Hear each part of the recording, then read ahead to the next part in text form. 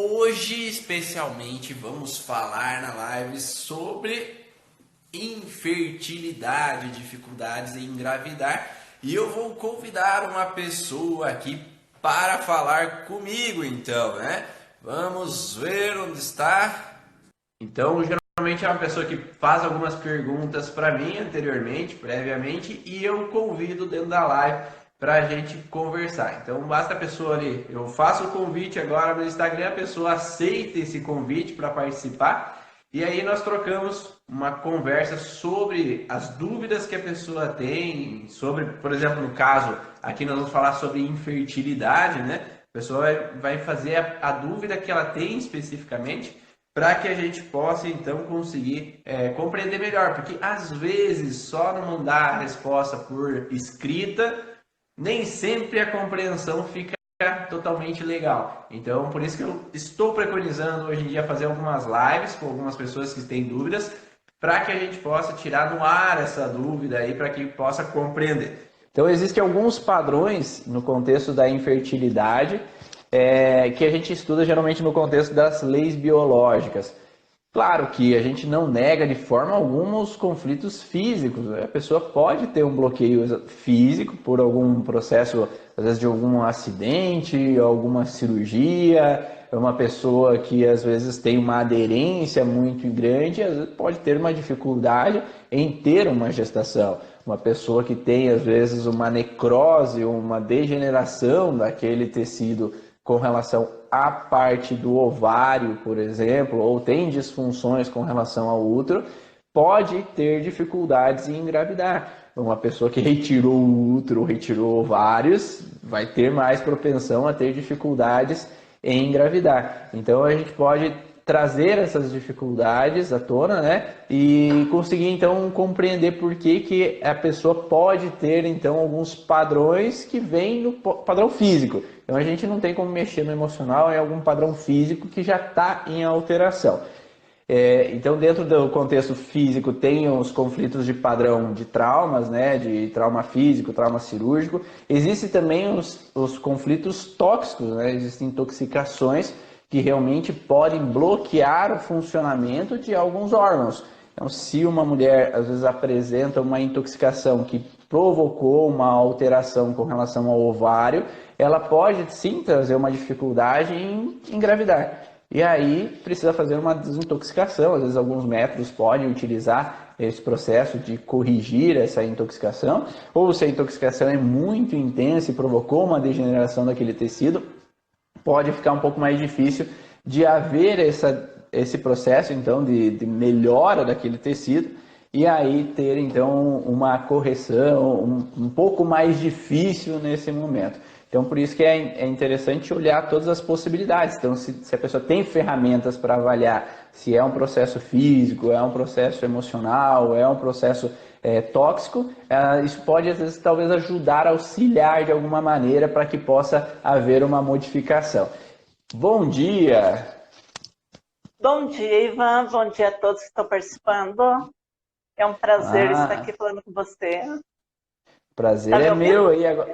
Estou ouvindo. Só acho que a imagem ela tá meio travando para mim. Não sei se para outras pessoas também, mas a imagem ela tá um pouquinho travando. Mas vamos por hora pelo áudio também, né? Então não custa a gente olhar por esse lado.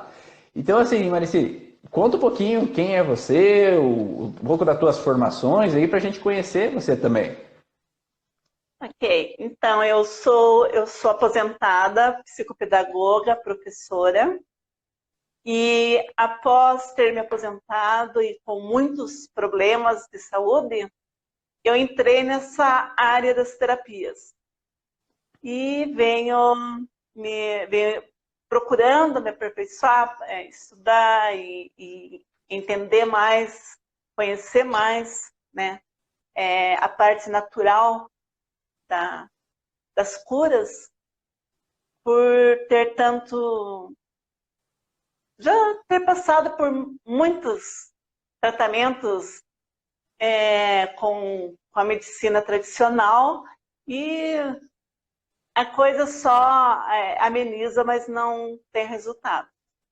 E por isso eu estou aqui. Ah, E E visto tudo que eu passei, eu quero também ajudar as pessoas que eu sei que passam por problemas semelhantes e não e continuam no mesmo caminho que eu estava, né?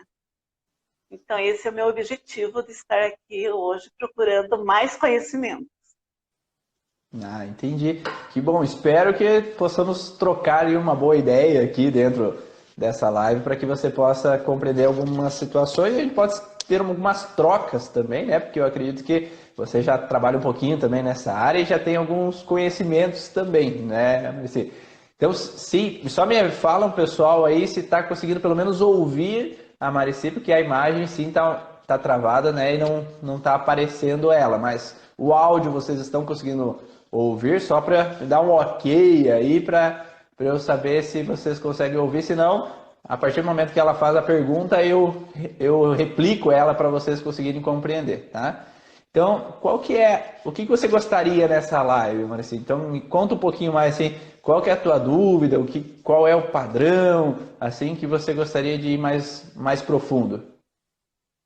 Então, é sobre a mulher que ela aparentemente não tem problema algum, uma pessoa nova, não tem problema algum de saúde, né?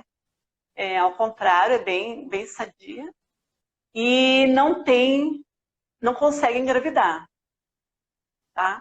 Ela já vem há algum tempo, alguns anos tentando e não consegue engravidar. E os exames dão normais, né? Não tem assim algo que a impeça e ela está aguardando até hoje, sabe? Não tem nada assim nem com ela nem com o marido. Se bem que ela já teve um relacionamento anterior. E daí houve, assim, separações, tal, contra a vontade dela, né? Mas antes ela não tentava engravidar no relacionamento anterior. Certo. E agora, nesse momento, nesse atual, ela quer engravidar e não consegue. Tá. Pessoal, levanta a mão ou escreve aí, quem já teve paciente com dificuldade em engravidar e não aparecia nada em exame? Porque isso é muito frequente na clínica.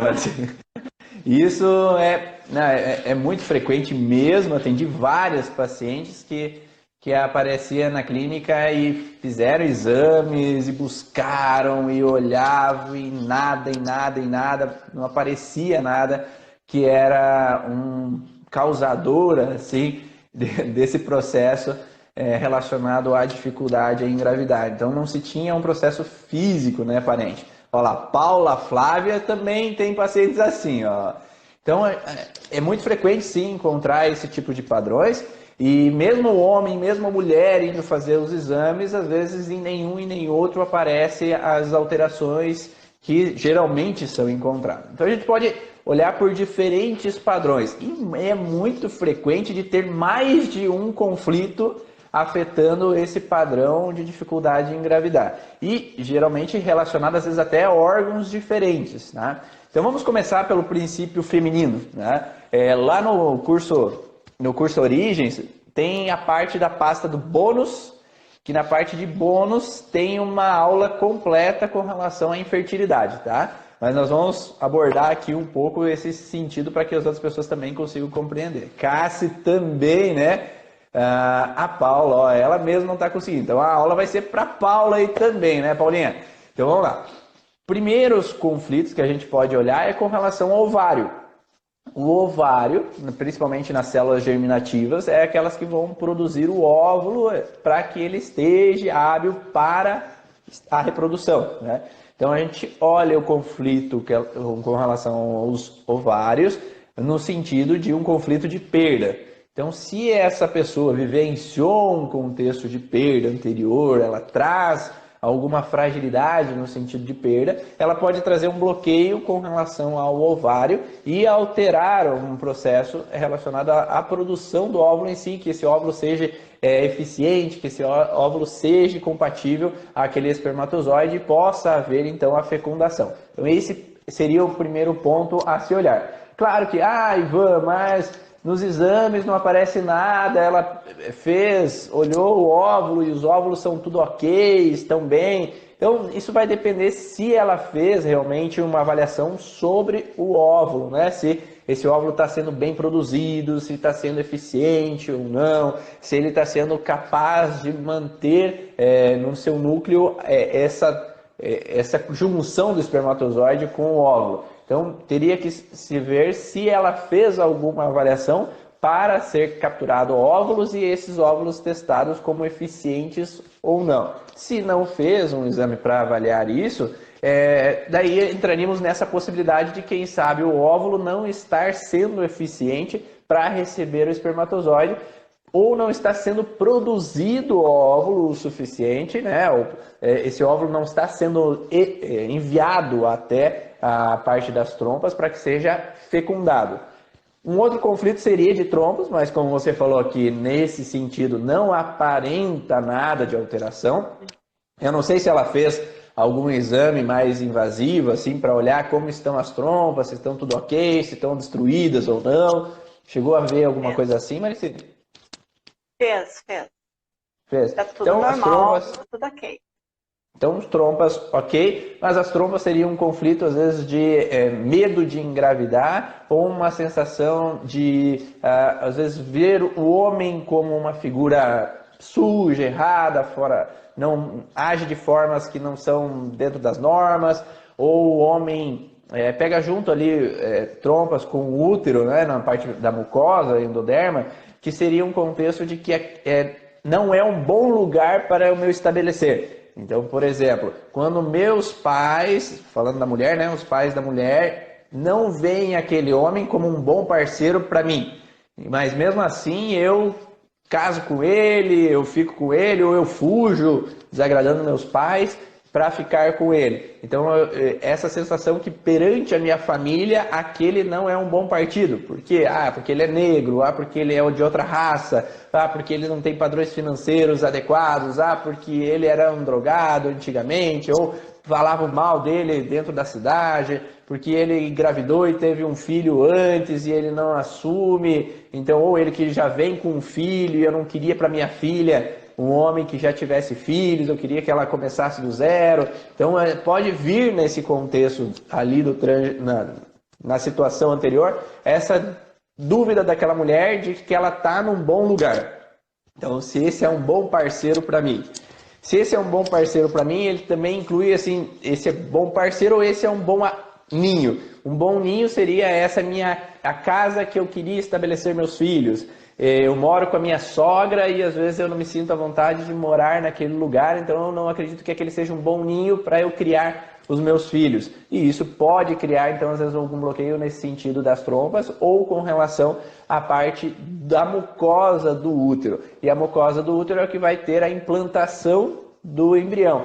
Então, se eu entro num padrão então, de frustração com relação a esse não ser um bom lugar, a mucosa fragiliza, como também se esse parceiro não é o parceiro adequado, porque ele bebe, porque ele age de formas que eu não concordo, ou porque eu idealizo meu pai e ele é um pai perfeito e eu queria que o meu esposo fosse igual ao meu pai, mas ele não é. Então, essa idealização do homem baseado na figura do pai, ele não encaixa, então aquele homem não está dentro das normas que eu aceito, né, do que eu gostaria. Então isso pode fragilizar a mucosa e ter uma dificuldade na implantação daquele feto. Então seriam algumas das possibilidades. A trompa também, eu já vi casos onde houveram, por exemplo, fecundação extra, né, fora do útero, nas trompas, com um conflito onde que essa mulher viveu relações extraconjugais e teve a gravidez baseada no amante. Então isso foi que não era o bom lugar, não era o lugar ideal para se engravidar. Então ela teve uma gestação na trompa. Então são possibilidades, né, que pode acontecer. No caso da tua paciente, ela não teve gestação nas trompas, né? Então nós só estou abordando possibilidades que podemos encontrar ali de fragilidade. Aí a gente pode, então, também pensar nessa fragilidade que atinge, né, o relé no cérebro do colo do útero, que o mesmo local do relé do colo do útero ele tem a ver com o relé dos hormônios sexuais femininos.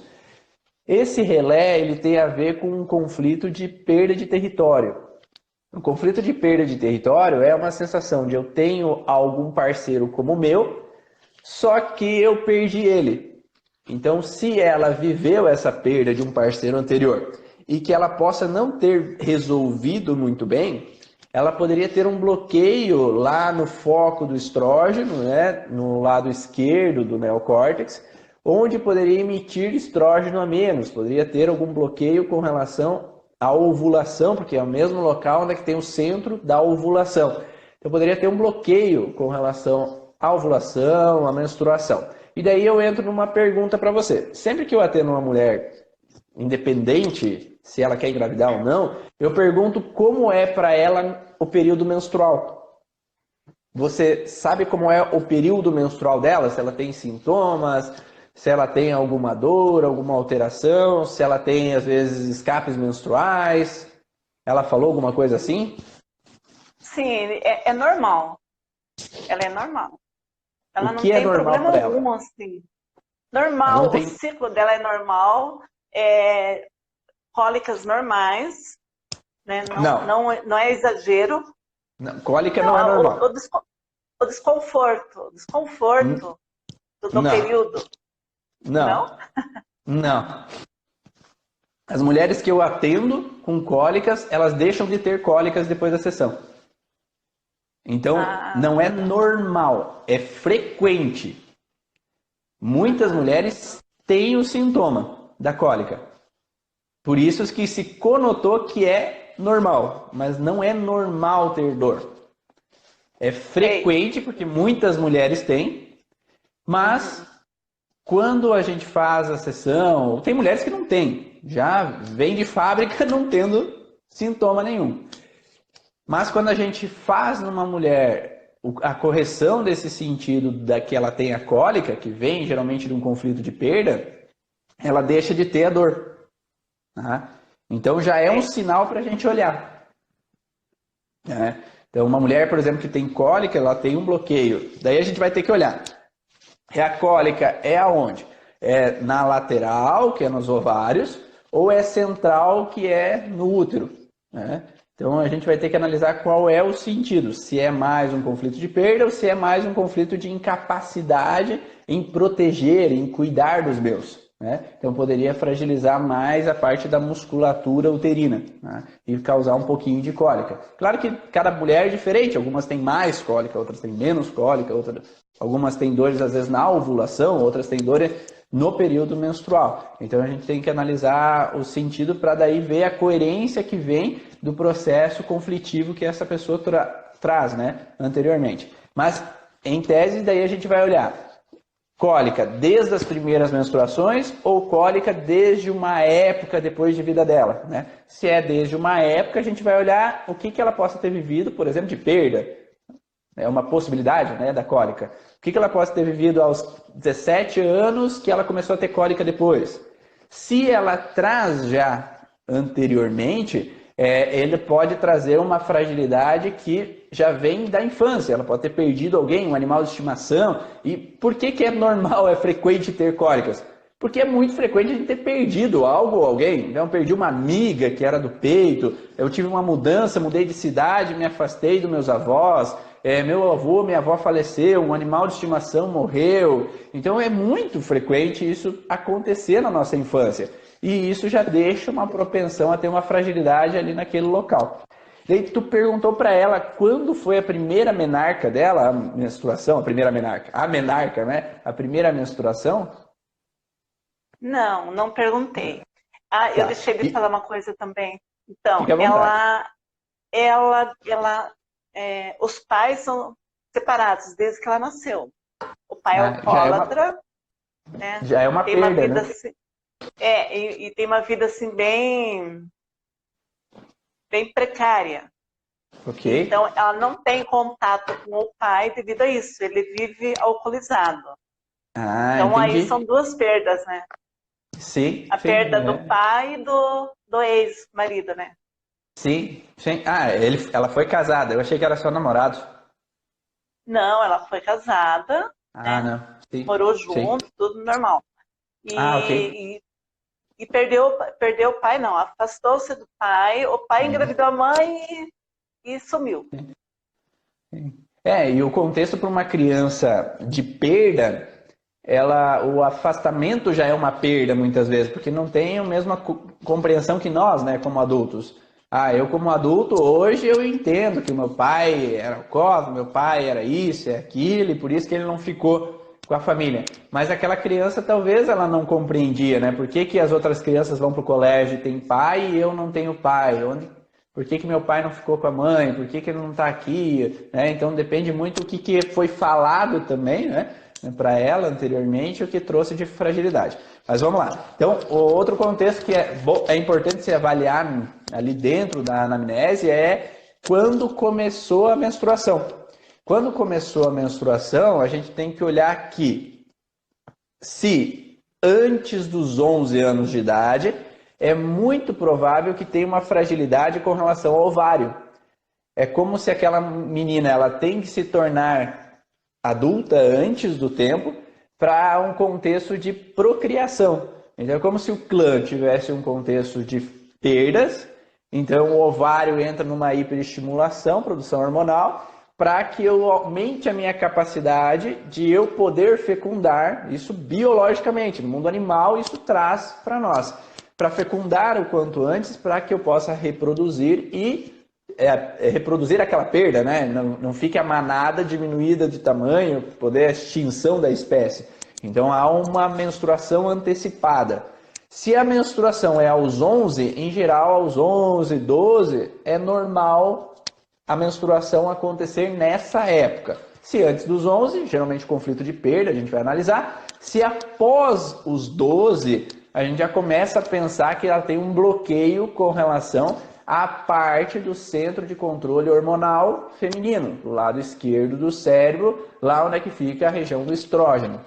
Então, se, por exemplo, essa mulher ela começa a menstruar depois dos 12, a gente já liga um alerta. Algum conflito aconteceu antes. Geralmente, o conflito que acontece antes é o perda de território, um conflito sexual. O que poderia ser entendido como um conflito sexual? A mãe, na gestação, ela se sentiu frustrada sexualmente com relação ao pai dela, que a abandonou, que a rejeitou, ou ela teve perda de território, perdeu o que é meu, né? Meu pai, meu esposo, meu parceiro ali naquela época me deixou. Então, geralmente cria um bloqueio do lado esquerdo do cérebro e essa mulher começa a funcionar do lado direito do cérebro. Então, mais masculina. Então, inicialmente, né, a gente pode oscilar ao lado cerebral, mas inicialmente cria um bloqueio no estrógeno. Criando um bloqueio no estrógeno, depende da intensidade desse conflito, ela pode ou alterar a ovulação, então ela não ter ovulações, ou chegar a ter uma perda de ovulação, ou perda de menstruação. Então, mulheres que têm bloqueios fortes com relação a essa parte, elas deixam de menstruar. Então, pode ser deixar de menstruar, se for antes da primeira menstruação, ela demora a vir menstruar. Então, lá aos 15 anos, aos 17 anos, ela começa a menstruar. E quando que ela começa a menstruar? Então, o lado esquerdo do cérebro está bloqueado com relação àquele trauma. Quando ela vive o segundo trauma, então, por exemplo, aos 15 anos eu começo a ter um namoradinho e ele quer passar do ponto comigo. Então, ele passa a mão na minha virilha, ou ele começa a tender a querer algo mais. E eu repulso, eu crio um bloqueio do outro lado. E aí ela volta a funcionar do lado esquerdo e agora começa a menstruar. Ou se ela tem esse bloqueio do lado esquerdo e agora ela corrige esse bloqueio do lado esquerdo, agora ela pode começar a menstruar. Então precisa entender essa relação para compreender então se... Por isso que é interessante saber quando começou, quando foi a menarca, para entender esse bloqueio com relação ao período menstrual, se ele poderia ter alguma relação com um conflito que pode dificultar a engravidar posteriormente. Porque se esse conflito não está resolvido, isso pode criar um bloqueio hormonal, pode criar um bloqueio na ovulação e por consequência, na procriação. Né? Não sei se deu para entender, Maricê. Sim, entendi, sim. Tá. Então... olha isso em todos os teus pacientes, tá? Todas as pacientes mulheres, coloca na ficha de avaliação, menarca. Quando começa, porque é um ponto interessante para se olhar, né? Outras questões importantes a se olhar é com relação à parte de ginecológica. Ah, você já teve corrimento, você já teve candidíase, você já teve alguma alteração em colo do útero, né? Então, essas alterações do período, do contexto ginecológico, eles podem deixar algum contexto a se analisar. Então, se uma mulher tem candidíase, muito frequentemente, não é só nesse caso, e vai depender se a candidíase é interna, se a candidíase é externa, mas uma candidíase externa que pega a glândula de Bartolini, ela tem uma relação com, muitas vezes, um senso de sujeira ao contexto relacionado a um parceiro. Então, é uma situação que um parceiro, às vezes, pode ter me traído, o parceiro pode eu ficar desconfiada que agiu de alguma forma, ou que eu sinto que ele age fora das normas, que não é a forma que eu gostaria que ele fosse, ou uma sensação relacionada a uma repulsa ao contato físico. Ah, ele bebeu e ele veio atrás de mim, e às vezes, para não dizer que não, eu aceitei ter a relação sexual, então poderia criar, às vezes, algum bloqueio nesse sentido, né? E criar um bloqueio com relação ao parceiro em si. Então, às vezes, as dificuldades de engravidar podem ser com vínculo a um bloqueio de relacionamento. E não necessariamente seja um bloqueio muito grande. Às vezes até o cara é gente boa, mas aquela mulher, ela às vezes tem uma repulsa. E a repulsa pode não ser a ele, mas sim ao que o cérebro dela entende como parceiro. Então, se o cérebro dela entende que o primeiro parceiro me traiu, o primeiro parceiro agiu de alguma forma que eu não aceitei, eu não gostei, o cérebro ele fica alerta porque parceiro é problema. Então ele não consegue distinguir primeiro parceiro, segundo parceiro, terceiro parceiro. Parceiro é parceiro. Então se eu tive um problema com um parceiro, eu vou ter medo de viver aquilo com relação ao próximo parceiro. Então eu posso ter um medo antecipativo de um alerta, só que às vezes eu posso ficar um pouco mais armada com relação ao outro parceiro também. E aí criar um bloqueio nessa relação. E aí, voltando ainda, se ela tem um vínculo de parceiro é problema, lembrando que a mãe dela engravidou com um parceiro problema. O parceiro me deixou. Então, no cérebro da mãe, parceiro foi problema. Só que parceiro era problema enquanto ela estava na barriga da mãe. Então, o entendimento dela que parceiro é problema, ela gravou baseado no que a mãe viveu. E ela já poderia ter um bloqueio com relação à sexualidade.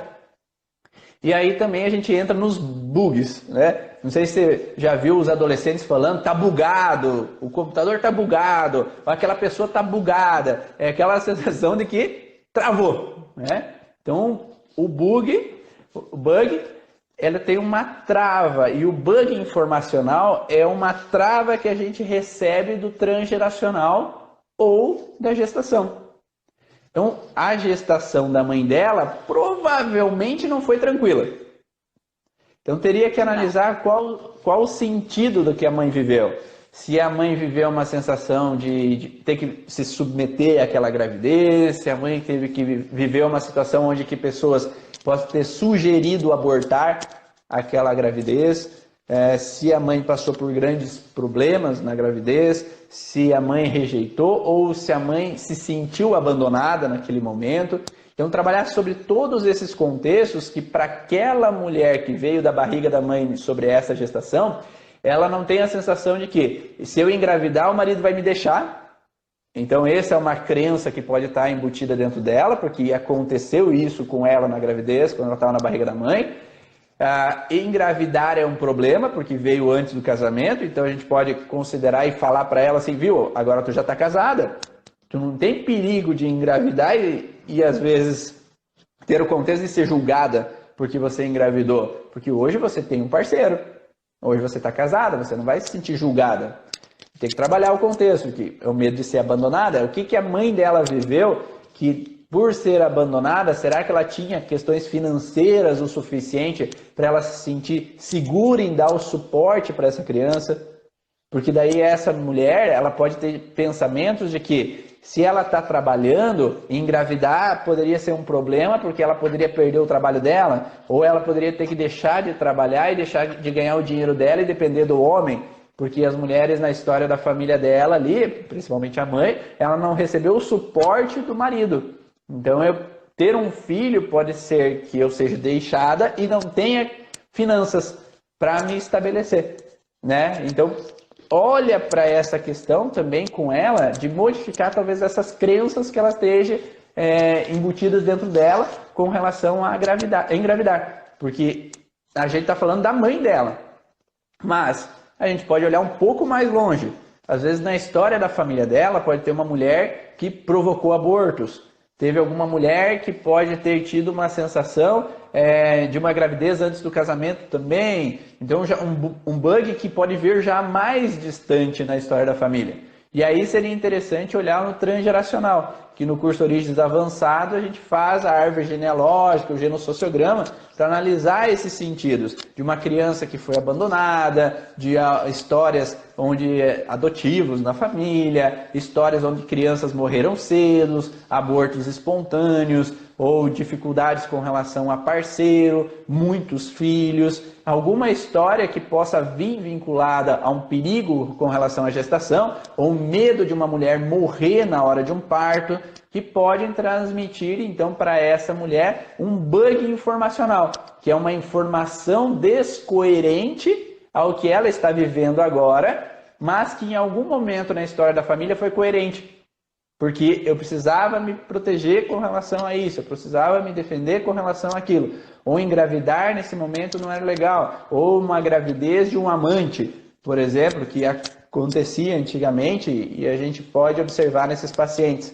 Então seria interessante usar uma terapia utilizando o transgeracional. Principalmente nesse tipo de paciente que não aparece nada em exame, mas pode vir um bloqueio transgeracional. Então eu acredito que você já mexeu nessa questão do pai, né, na relação do pai e da gestação, mas talvez tenha alguma coisa um pouco anterior no transgeracional que ainda traz esse bloqueio, porque talvez nem a mãe engravidou por acaso naquele momento, porque talvez ela só está repetindo algum padrão da história da família dela, nesse sentido que gravidez é um problema.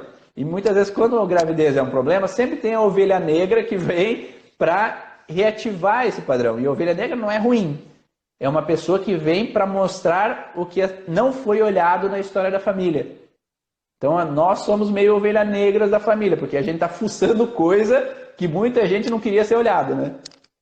E aí a gente traz à tona coisas que muitas pessoas esconderam, muitas pessoas deixaram debaixo do tapete. E essas coisas debaixo do tapete são segredos que às vezes interferem essas pessoas no dia atual, né? Com relação a essas fragilidades. Você está dando para entender, Mari? Uhum. Me diz uma coisa, mas nesse caso, problema com a mãe. Eu teria que fazer uma sessão com a mãe para saber exatamente o que aconteceu para voltar a trabalhar com ela. Isso? Se você não tem nenhuma técnica que use o transgeracional, sim. Porque daí a gente precisaria dar informação, né? Uhum. Não, eu tenho, mas daí para ela, como que eu digo assim, para ela se inteirar melhor do que se ela não souber exatamente o que aconteceu com a mãe. E isso eu tenho depende que trazer também... essa informação, eu tenho que trazer, buscar lá com a mãe o que aconteceu e passar para ela verbalmente o que aconteceu para ela poder trabalhar isso com ela. Isso a paciente pode buscar mesmo com a mãe dela. Né?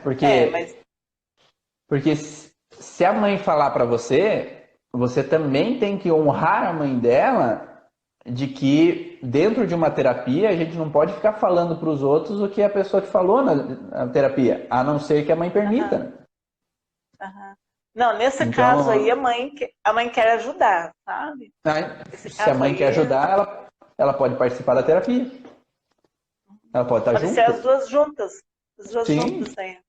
Sim. Okay. Uhum. E daí ela já vai trocando a ideia ali na hora, né?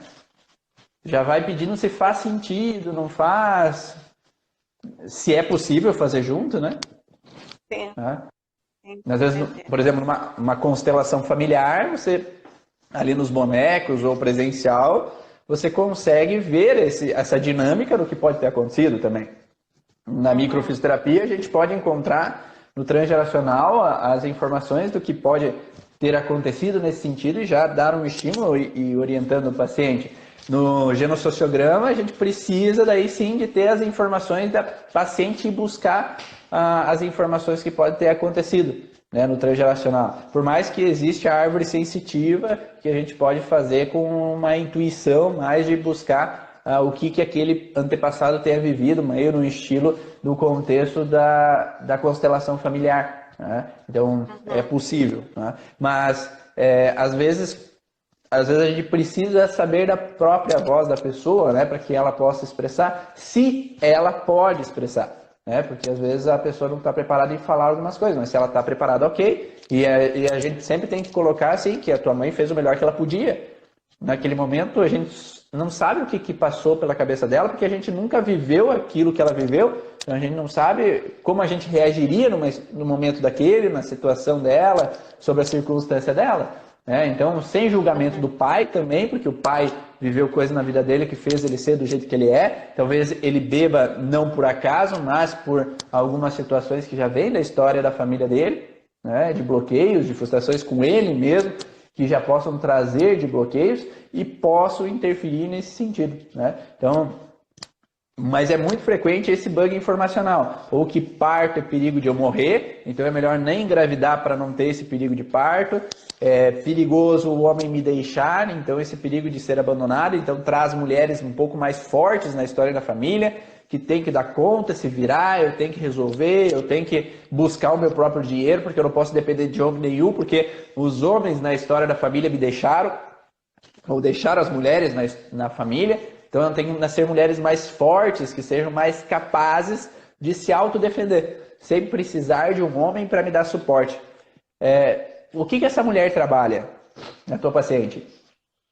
Ela é assistente numa empresa.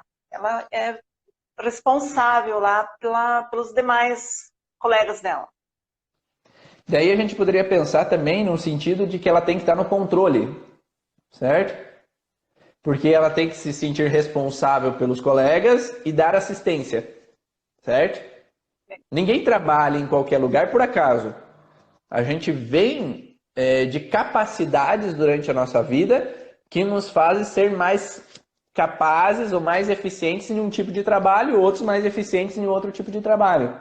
Ser uma assistente é aquela que vem para assistir, que vem para ajudar, que vem colaborar e resolver, auxiliar a resolver o problema dos outros. Né? Sim. Se a gente olhar por esse lado, ela pode ter alguns sensos de responsabilidade sobre a família dela que ela ainda não deixou para lá. Tá? Se não foi corrigido isso. Né? Então, ninguém vem trabalhar como terapeuta por acaso, porque eu quero ajudar, eu quero dar suporte, eu quero apaziguar as situações. E a gente vem, às vezes, desde criança com essa responsabilidade.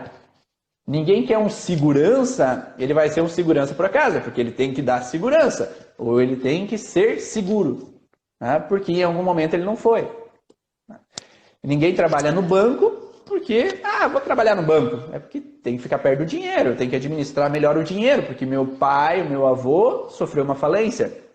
E eu não posso viver sem dinheiro, é perigoso. Então a gente traz uma informação, né? A gente olha de novo lá no curso avançado mais sobre isso. Mas nesse sentido que eu estou falando, ela poderia ter essa responsabilidade que ela ainda não deixou o ninho dela. O que é o ninho? É a minha primeira casa. Ela toma para ela a responsabilidade dos irmãos, além da mãe, né? Dos irmãos, dos sobrinhos, dos avós. Mas talvez trabalhar sobre a responsabilidade. Então, o que é a responsabilidade? É me sentir que eu tenho que achar solução e as pessoas não vão conseguir achar solução sozinhas, elas não vão conseguir se virar sozinhas. Não, eu tenho limites, né? Eu faço o melhor que eu posso, dentro do que eu posso, e se as pessoas não conseguem, paciência, eu fiz o melhor que eu podia. Só que às vezes a gente acaba criando uma responsabilidade além do que é possível, e daí se culpando quando eu não consigo. E essa culpa de que eu me senti culpado se eu não consigo resolver, ajudar ou auxiliar os outros, é o que às vezes faz com que crie um bloqueio. E daí esse bloqueio pode atrapalhar com que essa mulher, às vezes, consiga viver a vida dela, a história dela. Porque ela está muito fixada na primeira história, que é a família inicial dela. Então essa mulher, enquanto ela fica nesse bloqueio com relação à família dela, ela pode ter uma dificuldade na casa da mãe, está lá cuidando dos irmãos e não estando aqui, atrapalha diretamente com que ela esteja presente para construir a sua própria história. Então, poderíamos olhar por esse lado também. Tá?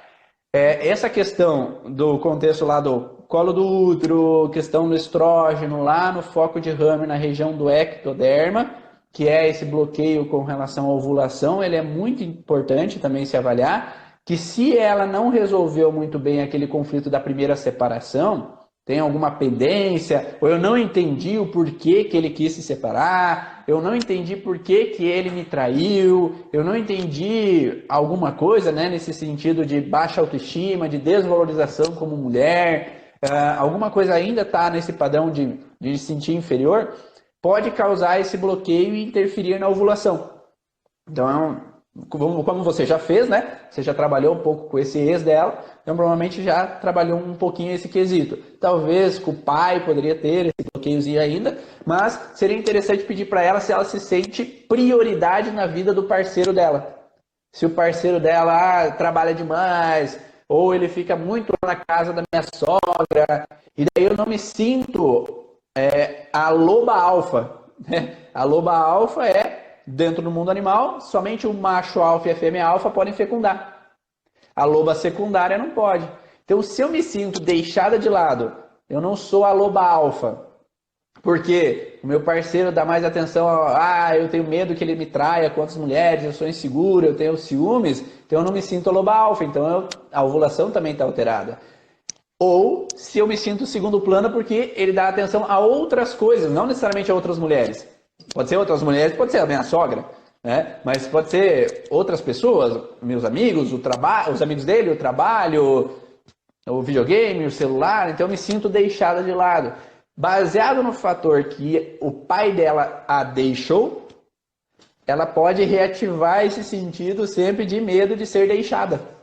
Né? E daí sempre eu quero que ele esteja aqui, eu quero que ele esteja aqui, eu quero que ele esteja presente mais às vezes do que ele consegue dar. E daí eu fico numa exigência que não cabe ao outro dar. Então talvez teria que corrigir a sensação dela de autoestima, que ela possa deixar esse passado para trás. Então às vezes escrever uma carta terapêutica para o pai, falando tudo que ela gostaria de ter falado, falando do abandono, que você fez falta para mim, eu queria a tua presença, mas você não estava. Não sei se faz sentido, mas... Faz sentido tudo sim. Com certeza. É muita coisa, né? Com certeza. É muito detalhezinho. E você falou coisas assim que eu teria pensado, mas eu achava que não tinha muita influência, preferência no caso. Então agora, com essas explicações, eu vou poder me estender mais nas sessões. Hoje o dia não está muito legal aqui na live. Tá travando tudo a live hoje. Tá travando. Então, vou só responder uma pergunta da Paula aqui, que ela fala que no caso dela, ela já teve um filho, um aborto espontâneo no segundo, e agora não consegue, e pode ser também o transgeracional influencia em todas as gestações ou só em algumas?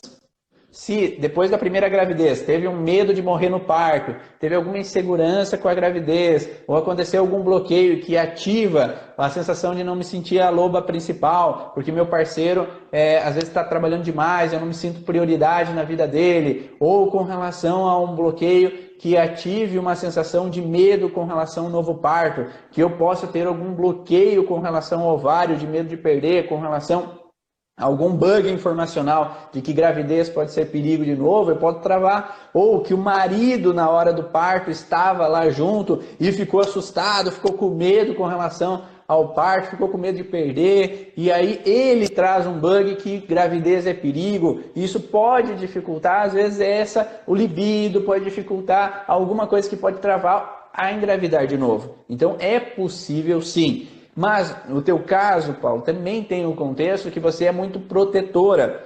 E esse sentido de ser muito protetora, eu tenho medo de não ser capaz de cuidar, proteger, dar suporte.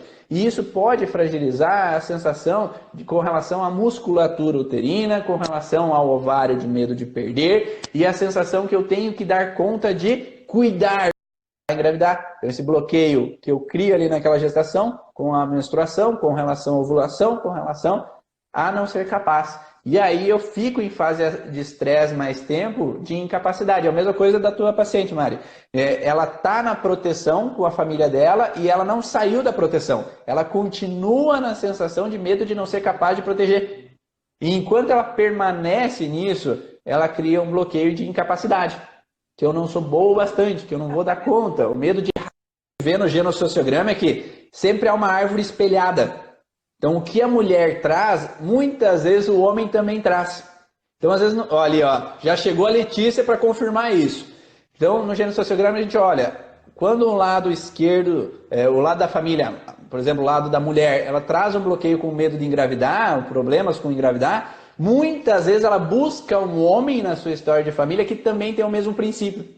Então, quando eu vou tratar uma mulher com dificuldade de engravidar, geralmente eu peço para o homem vir também.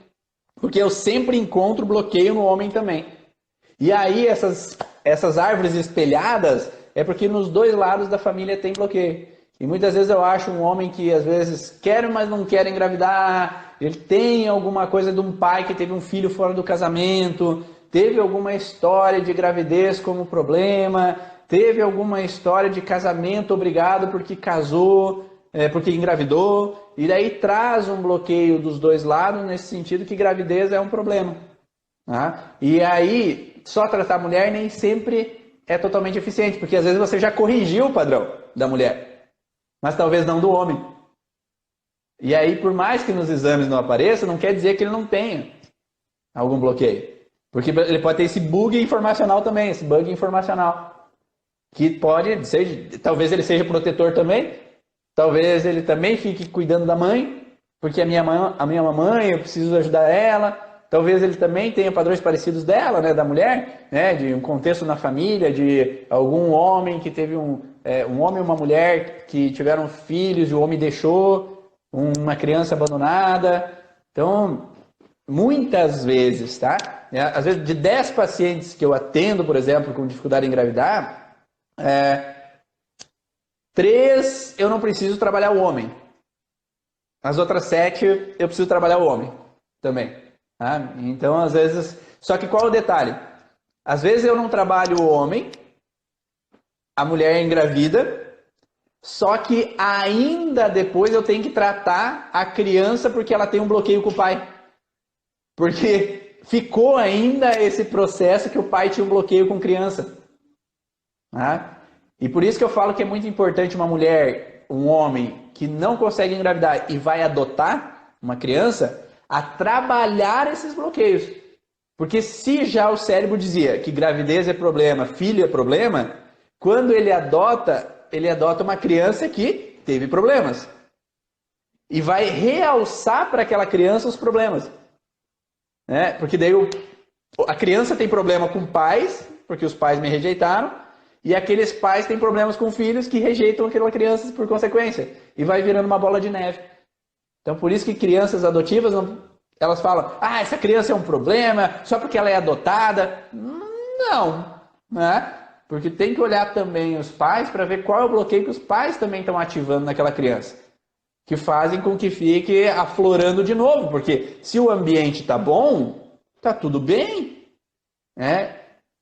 Mas tem alguma coisa, às vezes, que pincela naquele processo. Que é diferente de uma mulher, um homem que adota depois de já ter filhos, né? Porque daí eu já tive filhos, né? É diferente. Uma pessoa que não conseguiu ter filhos é porque tem algum bloqueio emocional, né? E acaba dando essa interferência. Tá? Fez sentido essas informações, Mari? Fez muito. Vai ajudar muito. Que bom. Com certeza. Espero que depois tu dá o feedback para nós. Né? Sim, Dessa sim, paciente. com certeza. E provavelmente em muitas que ainda virão com relação à dificuldade em engravidar, porque depois que vem um, começa a vir um atrás do outro. Tá? Um chama o muito outro. frequente. Exatamente. Então eu espero que essas informações ajudem aí nesse sentido. E para você responder essa última pergunta da Gabriela, que tem 5 minutinhos ainda, que ela pergunta assim, Ivan, e as mulheres que adotam e depois conseguem engravidar? Lembra que eu falei que há um contexto de perda, né, que pode bloquear engravidar. Se há um contexto de perda, enquanto eu estou no conflito de perda, eu entro no contexto que Tenho bloqueio com relação ao ovário. Daí, quando eu tenho o bebê agora para mim, eu saio do conflito de perda. E se eu saio do conflito de perda, eu posso voltar a ovular. Ou, se eu não tenho um território, eu me sinto deixada, abandonada com relação ao meu parceiro, agora eu tenho um território. Agora eu consigo encontrar minha identidade, o meu lugar, o meu território, é o meu bebê. Daí eu relaxo. E daí eu posso engravidar. Então, muitas vezes o fato de adotar representa para muitas mulheres uma sensação de que eu relaxo, há um sentido de perda, há um sentido de bloqueio, e não necessariamente dela, tá?